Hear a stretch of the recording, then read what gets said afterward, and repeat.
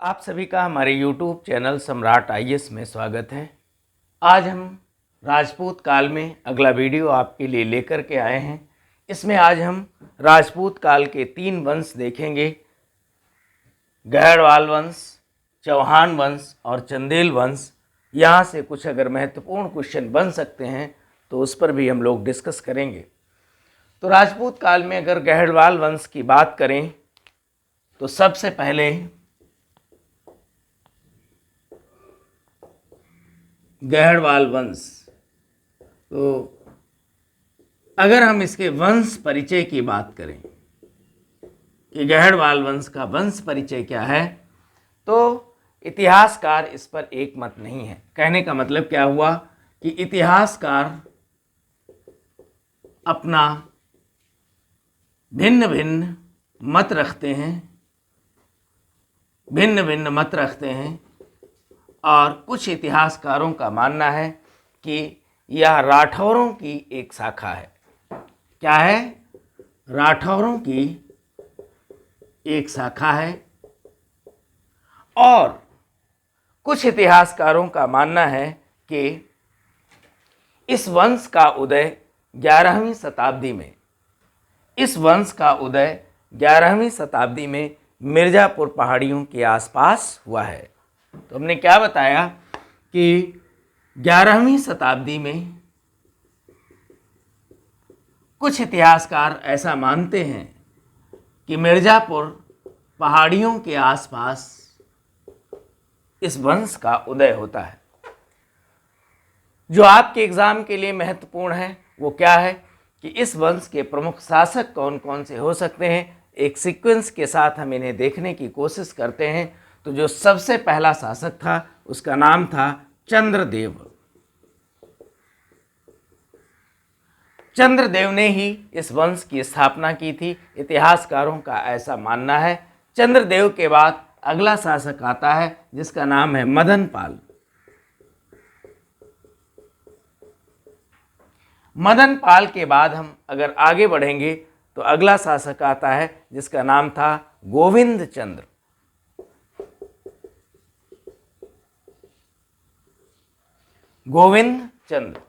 इसके बाद अगला शासक आता है इसी श्रृंखला में जिसका नाम था विजय चंद्र।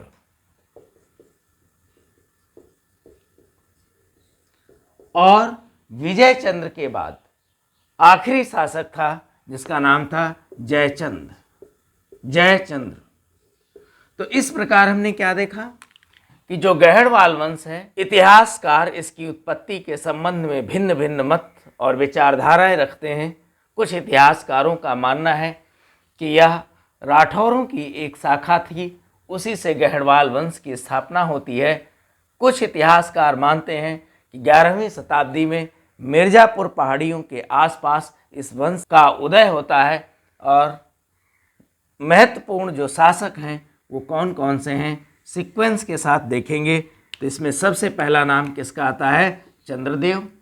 इसके बाद मदनपाल और मदनपाल के बाद गोविंद चंद्र और गोविंद चंद्र के बाद अगला शासक कौन था? विजय चंद्र। और इसके बाद जो आखिरी शासक होता है इसका क्या नाम रहता है? जयचंद्र। इस वंश का संस्थापक राजा किसे माना गया? राजा चंद्रदेव।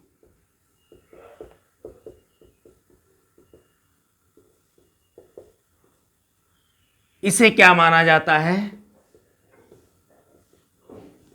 संस्थापक माना जाता है। किसका? गहड़वाल वंश का। कहा जाता है कि प्रारंभ में इसकी राजधानी वाराणसी हुआ करती थी। प्रारंभ में इसकी राजधानी क्या थी? वाराणसी हुआ करती थी।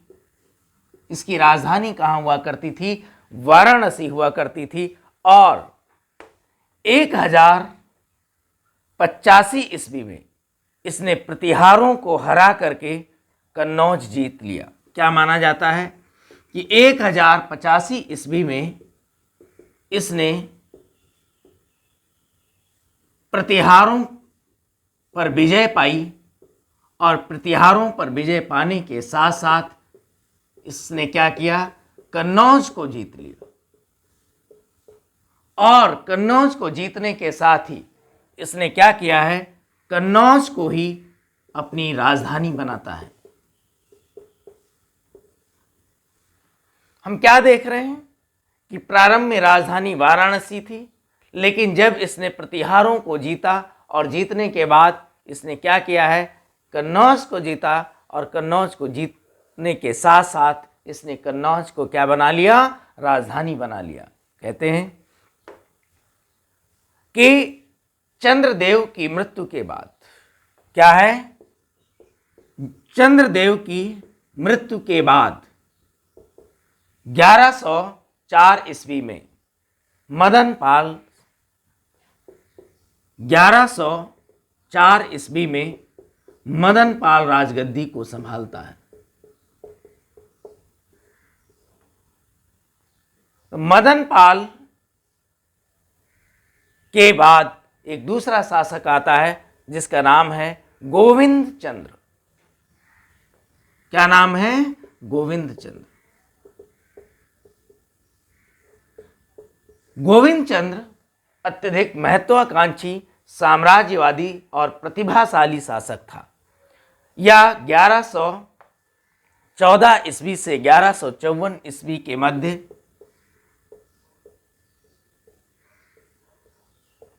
कन्नौज में शासन करता है। कौन, मदनपाल। और कहते हैं गोविंद चंद्र के संबंध में कहा जाता है कि गोविंद चंद्र 1114 ईस्वी से 1154 ईस्वी के मध्य कन्नौज की राजगद्दी संभालते हैं। और इनके संबंध में कहा जाता था कि गोविंद चंद्र अत्यधिक प्रतिभाशाली शासक थे, अत्यधिक प्रतिभाशाली शासक थे। और इन्होंने मगध का पश्चिमी भाग और मालवा का पूर्वी भाग अपने साम्राज्य में मिला लिया है। यानी कन्नौज के साथ साथ इन्होंने क्या किया है, मगध का पश्चिमी भाग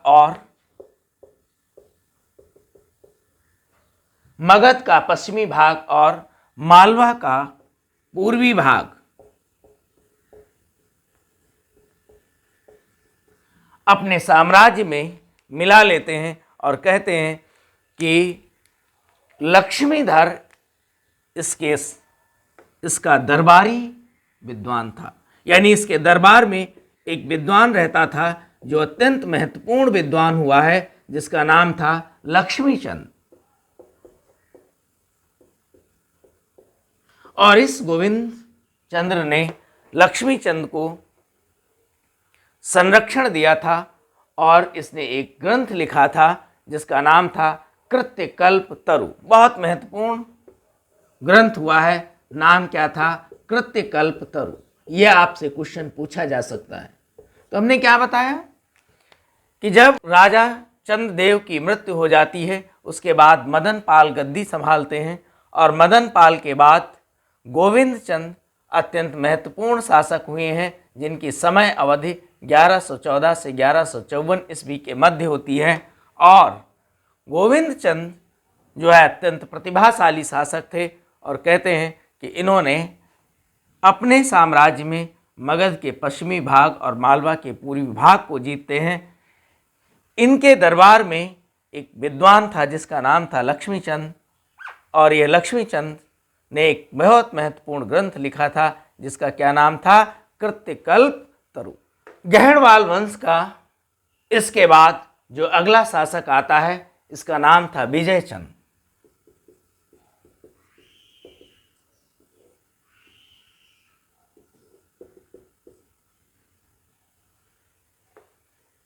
अगर इसकी समय अवधि की बात करें तो यह समय अवधि 1154 ईस्वी से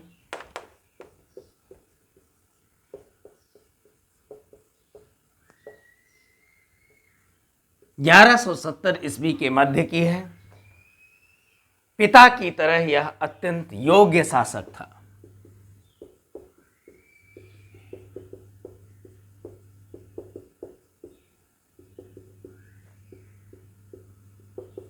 कहते हैं कि जब यह शासन कर रहा था तो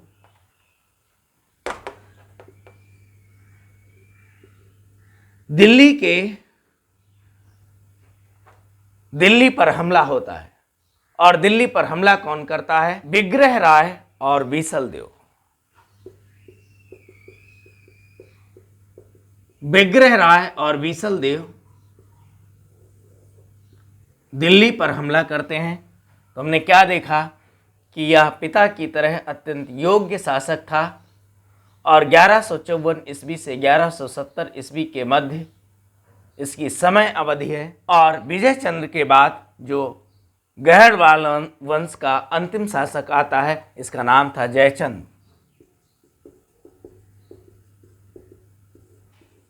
विजय चंद्र के बाद जो गहड़वाल वंश का अंतिम शासक आता है, इसका क्या नाम होता है? जयचंद्र। और जयचंद्र कहते हैं कि गहड़वाल वंश का अत्यंत शक्तिशाली राजा हुआ है, अत्यंत शक्तिशाली राजा हुआ है।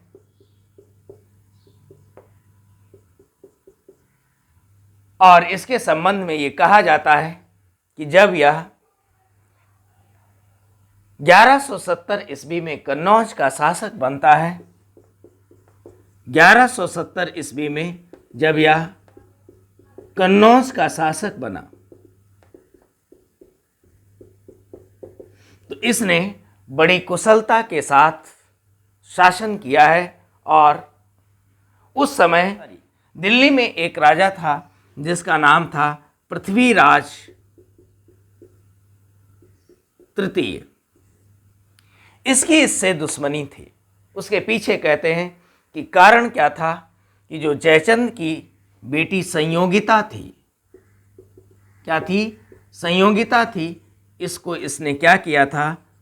भगा ले गया था और इससे विवाह कर लिया था। इसलिए जयचंद्र और पृथ्वीराज की जो है आपस में बनती नहीं थी और दुश्मनी थी। इस दुश्मनी या अपमान का बदला लेने के लिए कहा जाता है कि इतिहासकारों का मानना है कि जयचंद्र ने क्या किया है कि मोहम्मद गोरी को कहा है कि आप भारत आइए और भारत पर हमला कर दीजिए। यानी यह मोहम्मद गोरी को भारत पर हमला करने के लिए बुलाता है और कहता है कि आप भारत में आइए और दिल्ली के शासक पृथ्वीराज तृतीय पर हमला करिए। और इसी चाहत में मोहम्मद गोरी भारत आता है और भारत आने के बाद 1192 ईस्वी में क्या है? 1192 ईस्वी में एक स्थान होता था पानीपत। और पानीपत में क्या है? पानीपत का युद्ध लड़ा जाता है। और इस पानीपत के युद्ध में समय अवधि क्या है? 1192। एक तरफ पृथ्वीराज की सेना होती है और दूसरी तरफ मोहम्मद गोरी की सेना होती है। और मोहम्मद गोरी की सेना के आगे पृथ्वीराज की सेना टिक नहीं पाती है और ये भाग खड़ी होती है। इस प्रकार इस युद्ध में मोहम्मद गोरी क्या होता है? विजय होता है। इसकी विजय होती है। और 1192 के बाद 1193 और 1194 में, यानी 1194 ईस्वी में पुनः यह मोहम्मद गोरी क्या है? जयचंद से युद्ध करता है। किससे युद्ध करता है? जयचंद से युद्ध करता है। और जयचंद को क्या करता है कि मार डालता है और इसकी सेना, जयचंद की सेना भाग खड़ी होती है। तो इस प्रकार हमने क्या देखा कि जयचंद्र अत्यंत शक्तिशाली राजा हुआ करते थे। 1170 ईस्वी में एक कन्नौज के शासक बनते हैं। इसकी बेटी संयोगिता थी। यह दिल्ली का शासक पृथ्वीराज इस संयोगिता को भगा ले जाता है और इसके संबंध, जयचंद के पृथ्वीराज से संबंध खराब हो जाते हैं। और इस अपमान का बदला लेने के लिए यह मोहम्मद गोरी को कहता है कि आप भारत आइए। और मोहम्मद गोरी भारत आता है और पानीपत के युद्ध में 1192 ईस्वी में पृथ्वीराज और मोहम्मद गोरी की सेनाएं आमने सामने खड़ी होती हैं और मोहम्मद गोरी इस युद्ध में विजय होता है। और ठीक 1194 ईस्वी में इसके बाद मोहम्मद गोरी जयचंद्र का आमना सामना होता है और जयचंद्र को मार डाला जाता है और जयचंद्र की सेना मोहम्मद गोरी की सेना के सामने टिक नहीं पाती है और भाग खड़ी होती है। इसी के साथ गैड़वाल वंश समाप्त हो जाता है और अगला वंश जो हमें पढ़ना है वो क्या है? चौहान वंश।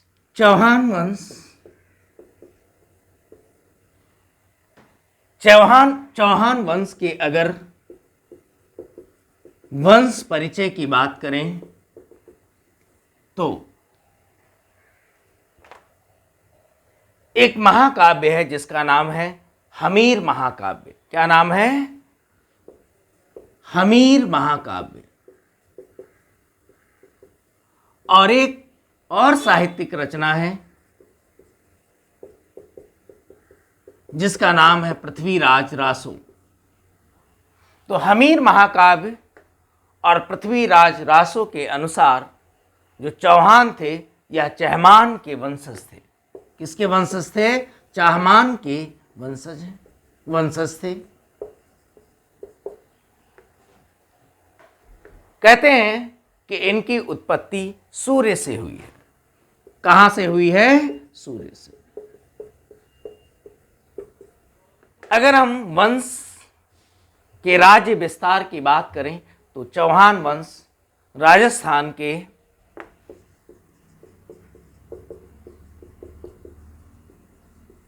जोधपुर और जयपुर के आसपास था। यानी जयपुर और जोधपुर के आसपास चौहान वंश फल फूल रहा था और बाद में जोधपुर जयपुर के साथ साथ यह अजमेर तक फैल गए। कहां तक फैल गए? अजमेर तक फैल गए। अगर चौहान वंश के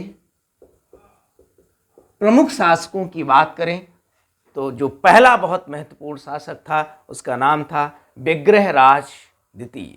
पहला महत्वपूर्ण शासक कौन था? विग्रहराज द्वितीय।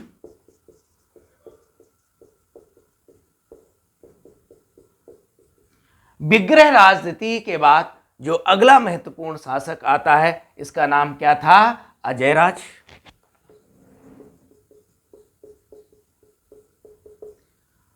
अजयराज के बाद चौहान वंश का अगला शासक होता है जिसका नाम था अर्णोराज।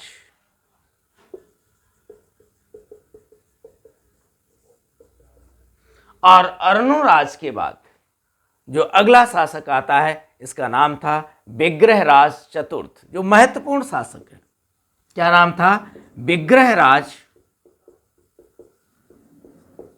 चतुर्थ। विग्रहराज चतुर्थ को बीसल देव भी कहा जाता था। क्या कहा जाता था? बीसल देव कहा जाता था। किसे? विग्रहराज चतुर्थ को। और इसके बाद जो आखिरी शासक है चौहान वंश का उसका क्या नाम था? पृथ्वीराज तृतीय। क्या नाम था? पृथ्वीराज तृतीय। तो इस प्रकार हमने क्या देखा कि हमीर महाकाव्य और पृथ्वीराज रासो महाकाव्य के अनुसार यह चाहमान वंशज थे और कहते हैं कि इनकी उत्पत्ति सूर्य से हुई है। और इनके अगर शासन क्षेत्र की बात करें तो ये जोधपुर जयपुर के आसपास का क्षेत्र था।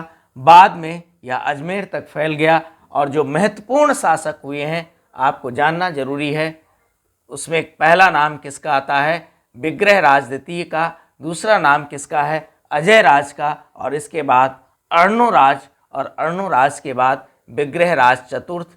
इस विग्रहराज चतुर्थ को बीसल देव भी कहा जाता है। और अंत में पृथ्वीराज तृतीय जो है इस चौहान वंश का अंतिम शासक होता है। तो यहाँ से भी आपसे क्वेश्चन पूछा जा सकता है कि एक क्रम पूछा जा सकता है शासकों का। यह पूछा जा सकता है कि चौहान वंश का जो साम्राज्य क्षेत्र था या शासन क्षेत्र था वो कहाँ पर था, किस राज्य में था, वर्तमान में किस राज्य में था, राजस्थान में था। और राजस्थान में कहाँ पर था, जोधपुर और जयपुर के आसपास का था। और बाद में जब इनका क्षेत्र बढ़ता है तो ये क्षेत्र कहाँ तक पहुँच जाता है, अजमेर तक। तो सबसे पहले हम किसको देखेंगे, विग्रहराज द्वितीय। कहते हैं कि चौहान वंश की स्थापना इसी ने की थी, या चौहान वंश का क्या है, संस्थापक राजा है या संस्थापक शासक है। और इसके बारे में कहा जाता है कि यह अत्यंत प्रतिभाशाली, क्या है, अत्यंत प्रतिभाशाली, और इसके साथ साथ साम्राज्य विस्तारवादी, बुद्धिमान शासक था, बुद्धिमान शासक था। कहते हैं कि इसने गुजरात के, उस समय गुजरात में चालुक्य राजा मूलराज प्रथम, गुजरात में कौन सा राजा था, मूलराज प्रथम या चालुक्य राजा था। और कहते हैं कि विग्रहराज द्वितीय ने इस गुजरात के मूल राजा प्रथम, जो चालुक्य राजा था, इसको हरा देता है। और हरा करके या नर्मदा नदी तक अपने साम्राज्य का विस्तार कर लेता है। यह भी आपके लिए बहुत महत्वपूर्ण बात हो सकती है। हमने क्या बताया कि जो विग्रहराज द्वितीय था, उस समय गुजरात में चालुक्य राजा मूलराज प्रथम शासन करता था। यह उस पर हमला करता है और हमला करने के बाद उसे हरा देता है, और हराने के बाद नर्मदा नदी तक अपने साम्राज्य का क्या कर लेता है, विस्तार कर लेता है। इसके बाद दूसरा राजा आता है जिसका नाम था अजय राज। क्या नाम था, अजय राज। अगर अजय राज के समय अवधि की बात करें तो 1105 ईस्वी से 1130 ईस्वी के मध्य का समय है। विग्रहराज के बाद हमने क्या बताया कि अगला राजा अजय राज आता है, और इसके समय अवधि की बात करें तो यह समय अवधि कितनी है, 1105 ईस्वी से 1130 ईस्वी के बीच में। अजय राज के संबंध में ये कहा जाता है कि इसने अजमेर को बसाया था। जो राजस्थान में इस समय अजमेर डिस्ट्रिक्ट है, इसने क्या किया था, अजमेर को बसाया था। अजय राज के बाद जो अगला शासक आता है, इसका नाम था अर्णोराज। क्या नाम था, अर्णोराज।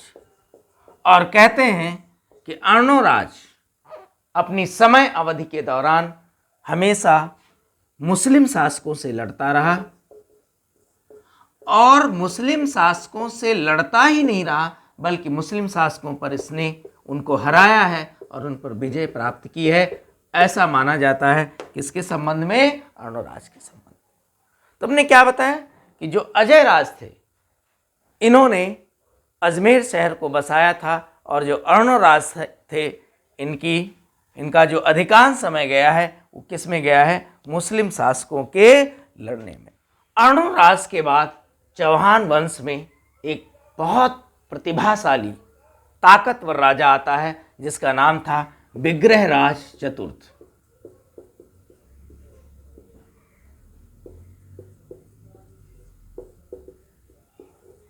विग्रहराज चतुर्थ के संबंध में कहा जाता है कि इस वंश का सबसे प्रतापी राजा हुआ है। क्या है, सबसे प्रतापी राजा हुआ है। यह भी आपसे क्वेश्चन पूछा जा सकता है। और कहते हैं कि यह शिक्षा प्रेमी था। ये क्या था, शिक्षा प्रेमी था, और अपने दरबार में अनेकों विद्वानों को संरक्षण दे रखा था। इसी बात से अनुमान लगाया जा सकता है ये क्या है, शिक्षा प्रेमी है, विद्वान है। और मैं पहले बता चुका हूँ कि इसके संबंध में कहा जाता था कि ये सबसे प्रतिभाशाली और प्रतापी राजा हुआ है। कहाँ का? चौहान वंश का। कहा जाता है कि उस समय दिल्ली पर तोमर शासकों का प्रभाव था, या तोमर शासकों के अधीन दिल्ली थी। यह तोमर शासकों पर हमला करता है और दिल्ली के क्षेत्र को क्या करता है, छीन लेता है और अपने साम्राज्य में मिला लेता है।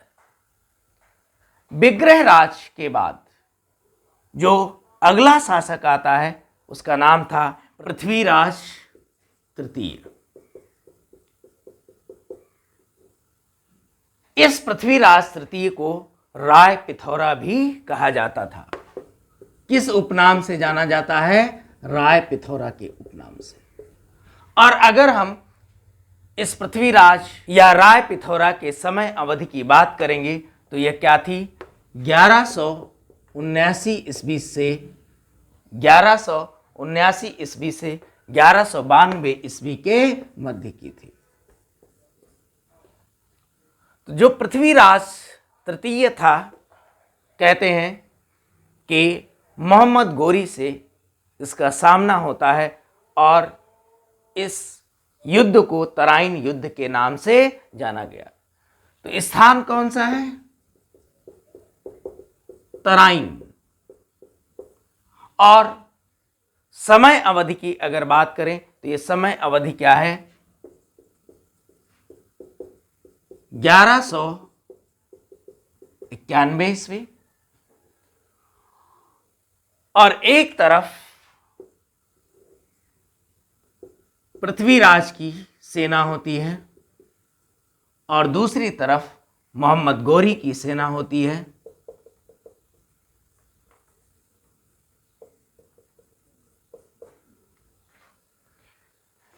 कहते हैं कि इस तराइन के युद्ध में पृथ्वीराज ने मोहम्मद गोरी को हरा दिया। इसका परिणाम क्या होता है कि मोहम्मद गोरी युद्ध हारता है और यह मैदान से भाग खड़ा होता है।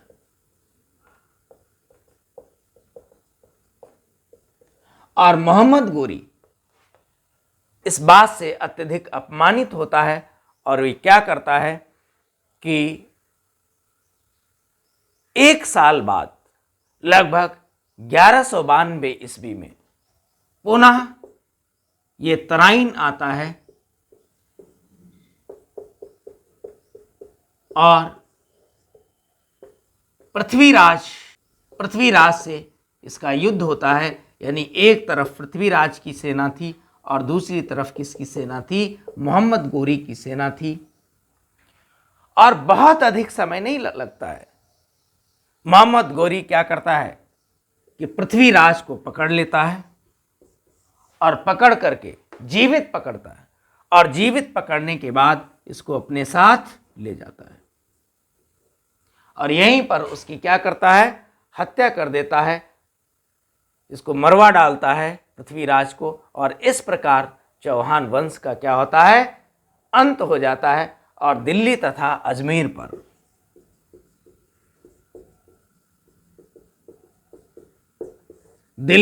अजमेर पर मुस्लिम शासकों का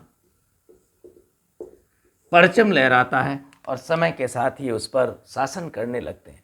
तो हमने क्या बताया कि चौहान वंश का जो अंतिम शासक है ये क्या है? पृथ्वीराज तृतीय है। इसे राय पिथौरा भी कहा जाता है और इसकी समय अवधि 1179 ईस्वी से 1192 के मध्य थी।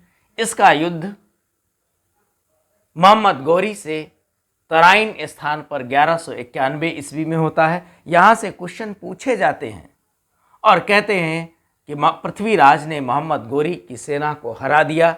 मोहम्मद गोरी अत्यंत अपमानित हुआ और इसका बदला लेने के लिए ठीक एक साल बाद उसी स्थान यानी तराइन में ये आता है अपनी सेना को लेकर के और पृथ्वीराज के सामने जैसे ही आता है बहुत निर्णायक युद्ध रहता है कि यह जो है पृथ्वीराज को जिंदा ही पकड़वा लेता है और पृथ्वीराज की सेना टिक नहीं पाती है, वहाँ से भागती है और इसको अपने साथ पकड़ करके ले जाता है और पृथ्वीराज को मरवा डालता है। इस प्रकार चौहान वंश समाप्त हो जाता है और दिल्ली तथा अजमेर पर मुस्लिम शासकों की शासन सत्ता स्थापित हो जाती है। इसके बाद हम आते हैं चंदेल वंश।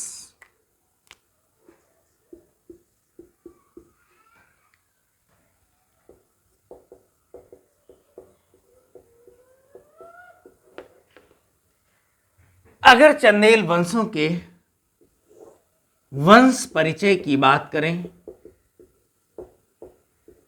तो इतिहासकारों का मानना है कि यह चंद्रवंशी है। कुछ इतिहासकारों का मानना है कि यह क्या है, चंद्रवंशी है। और कुछ इतिहासकार तो कहते हैं कि चंदेलों का जो वंश है, इसका जो बैकग्राउंड है ये अंधकारमय है। वास्तव में इसके बारे में कोई भी जानकारी सटीक ढंग से प्राप्त नहीं होती है, परंतु कुछ इतिहासकार कहते हैं कि ये क्या है, चंद्रवंशी है। कुछ इतिहासकारों का मानना है कि जो चंदेल हैं ये यहाँ की गोंड जनजाति हुआ करती थी। ये क्या थे, एक आदिवासी जनजाति थी जिसका नाम था गोंड, और उसी गोंड जनजाति की ये क्या है, वंशज हैं। कुछ इतिहासकारों का ऐसा मानना है। अगर हम चंदेल वंशों के प्रमुख शासकों की बात करें तो पहला बहुत महत्वपूर्ण शासक आता है जिसका नाम है यशोवर्मन, और कहा जाता है कि इसी यशोवर्मन ने चंदेल वंश की स्थापना की थी। तो यशोवर्मन के साथ अगला जो शासक है धंग, और धंग के बाद अगला जो शासक है जिसका नाम था गंड, यानी यशोवर्मन के बाद अगला शासक धंग आता है। धंग के बाद अगला शासक कौन है, गंड, और गंड के बाद अगला शासक माना गया है कीर्तिवर्मन। क्या है, कीर्तिवर्मन। और कीर्तिवर्मन के बाद जो अगला शासक है ये कौन है, मदन वर्मन। क्या नाम था, मदन वर्मन। और मदन वर्मन के बाद चंदेल वंश का जो आखिरी शासक हुआ है उसका नाम था परमाल। तो यहां से भी आपसे क्वेश्चन पूछा जा सकता है। हमने क्या बताया कि चंदेल वंश के कुछ महत्वपूर्ण शासक हुए हैं, जिसमें यशोवर्मन के बाद धंग के बाद गंड, और अगला भी शासक हुआ है जिसका नाम है कीर्तिवर्मन, और कीर्तिवर्मन के बाद मदन वर्मन, और मदन वर्मन के बाद परमाल। यशोवर्मन के संबंध में कहा जाता है कि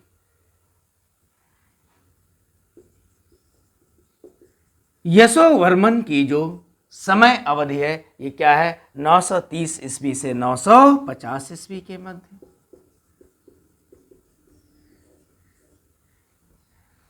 यशोवर्मन ने बांदा स्थित, वर्तमान समय में क्या है, बांदा स्थित कालिंजर दुर्ग को जीता है। यह कालिंजर वर्ग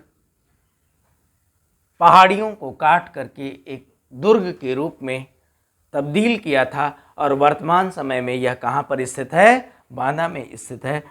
तो यशोवर्मन के संबंध में कहा जाता है कि इन्होंने कालिंजर दुर्ग को जीता था, और इन्होंने जो अपनी राजधानी है इसको महोबा बनाया। कहां पर बनाते हैं, महोबा। और कहते हैं कि यशोवर्मन ने कन्नौज के राजा पर हमला करते हैं। कहां पर हमला करते हैं, कन्नौज के शासक पर हमला करते हैं, और हमला करके उसको जीतते हैं। ऐसा माना जाता था किसके संबंध में, यशोवर्मन के संबंध में। इसके बाद अगला जो शासक आता है उसका नाम क्या है? धंग। धंग के अगर समय अवधि की बात करें तो यह समय अवधि 950 ईस्वी से 1002 ईस्वी के बीच मानी गई है।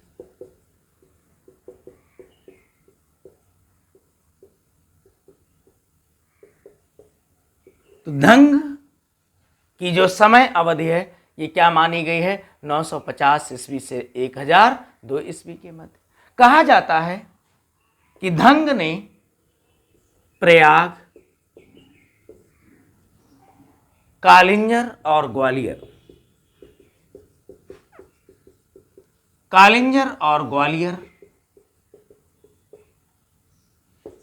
क्षेत्रों को अपने साम्राज्य में मिलाता है, अर्थात यह प्रयाग, कालिंजर और ग्वालियर क्षेत्रों को जीतता है और कहते हैं कि महत्वाकांक्षी था और यह दक्षिण भारत जाता है, वहाँ के शासकों को भी जीतता है। यानी दक्षिण भारत भी पहुंचकर वहाँ के स्थानीय शासकों पर हमला करता है और उन पर विजय प्राप्त करता है। और जो बहुत महत्वपूर्ण बात है, आपसे पूछी जा सकती है कि इसने खजुराहो के मंदिरों का निर्माण कराया है। इसने खजुराहो के मंदिरों का निर्माण कराया है।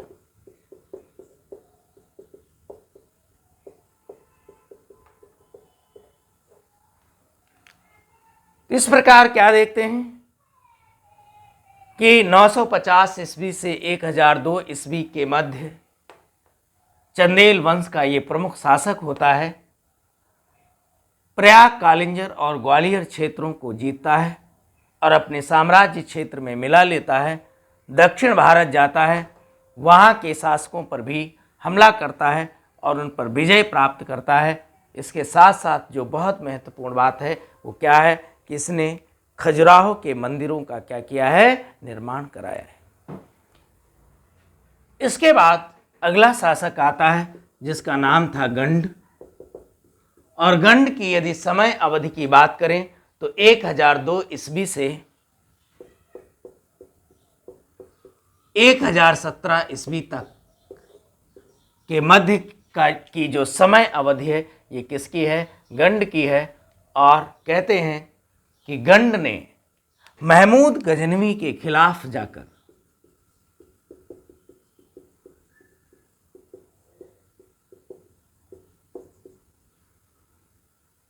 आनंद पाल की सहायता की थी, जिसके कारण महमूद गजनवी से क्या है? नाराज हो जाता है और अपनी अधीनता इसको विवश करता है कि आप आइए और हमारी अधीनता को स्वीकार कर लीजिए। यानी आप आइए और हमारी अधीन रह करके कार्य करिए। कुछ इस प्रकार से महमूद गजनवी ने गंड शासक को विवश कर दिया था। और इसके बाद जो अगला शासक आता है उसका नाम क्या था? कीर्तिवर्मन।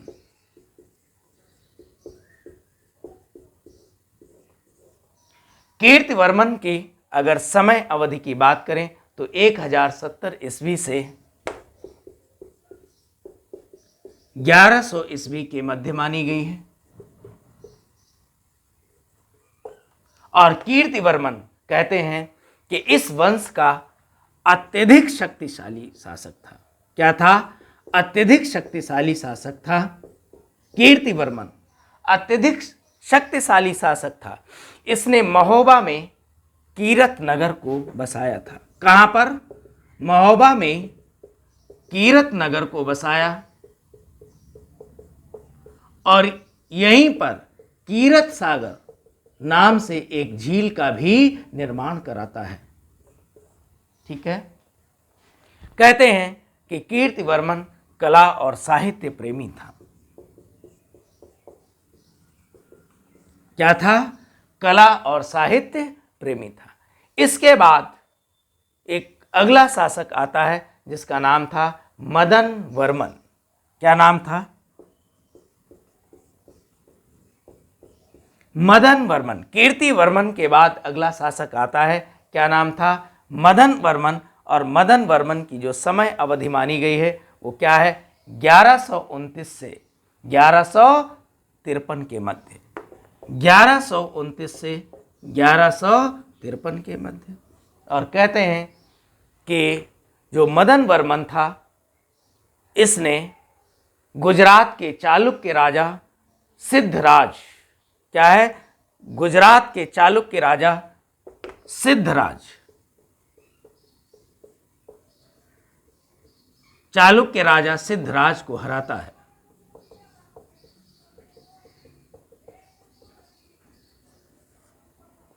और इसके बाद इस वंश का जो सबसे अंतिम शासक है उसका क्या नाम है? परमाल। और परमाल की यदि समय अवधि की बात करेंगे तो 1165 से 1203 ईस्वी के मध्य है। और कहा जाता है कि 1203 ईस्वी में कुतुबुद्दीन ऐबक ने इस पर हमला किया है। कुतुबुद्दीन ऐबक ने क्या किया है? इस पर हमला किया है और इसको बुरी तरीके से हरा देता है। और इसी के साथ, यानी परमाल के साथ, यह चंदेल वंश का अंतिम शासक होता है और चंदेल वंश समाप्त हो जाता है। तो हमने क्या देखा? गंड के बाद कीर्तिवर्मन महोबा में कीरत नगर स्थापित करता है और अत्यंत शक्तिशाली था। ये कला और साहित्य का प्रेमी था। इसके बाद मदन वर्मन आता है और कहते हैं कि मदन वर्मन के बाद जो इस वंश का आखिरी शासक था वो कौन था? परमाल था। और 1203 ईस्वी में कुतुबुद्दीन ऐबक ने इसको हरा दिया है और इस प्रकार चंदेलों की एक स्वतंत्र सत्ता समाप्त हो जाती है। धन्यवाद, नमस्कार। फिर मिलता हूँ अपने अगले वीडियो में।